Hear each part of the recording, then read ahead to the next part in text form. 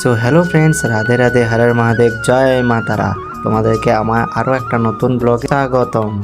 তো চলে গেছিলাম ভাইফোঁটা, মানে হচ্ছে যে ভাইফোঁটায় প্রথমে গেছিলাম দিদির বাড়ি, আমার পিসির বড় মেয়ে বান্ডিদির বাড়ি হচ্ছে যে বাবার বাড়িতে ফোঁটা নিতে গেছিলাম। তো ওখান থেকে প্রথমে হচ্ছে যে বজরাল চোখ থেকে চৈতন্যপুর, যে চৈতন্যপুর মোড় থেকে ওখানে, এটা হচ্ছে যে জায়গাটার নাম আমি ভুলে গেছি। তো যাই হোক, দিদির বাড়িতে হচ্ছে যে মিষ্টি আর কিছু গিফট ছিল।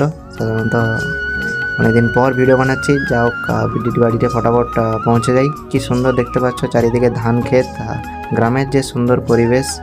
তো সামনে ছিল মান্টিদি, আমার পিসির মেজো মেয়ে। তো যাই হোক, তারপরে পৌঁছে যাই দিদির বাড়িতে আমাদের পুচকু দেখতে পাচ্ছ কি সুন্দর বিছানার উপর বসে বসে খেলছে। তো খুব সুন্দর লাগছিল।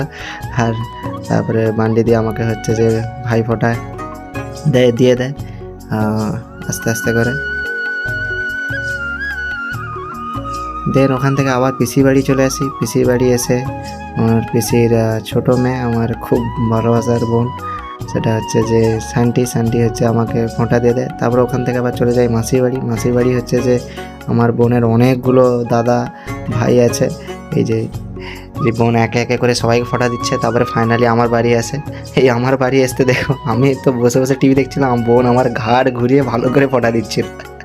যাই হোক, তো খুব একটা মজাদার সিন ছিল।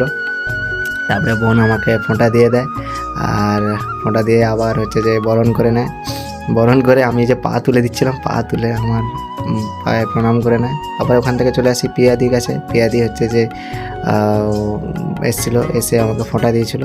ওটা করে বরণ করে আবার এই যে প্রদীপের সেক টেক দিয়ে একদম রেডি দিয়ে ফাইনালি খাওয়া দাওয়া করে শেষ। ভাইফোঁটার ব্লগ এতটুকুই ছিল। ভালো লাগলে লাইক, কমেন্ট, শেয়ার, সাবস্ক্রাইব করে দিও। দেখা হচ্ছে পরের ভিডিও। হর হর মহাদেব, জয় মা তারা, রাধে রাধে।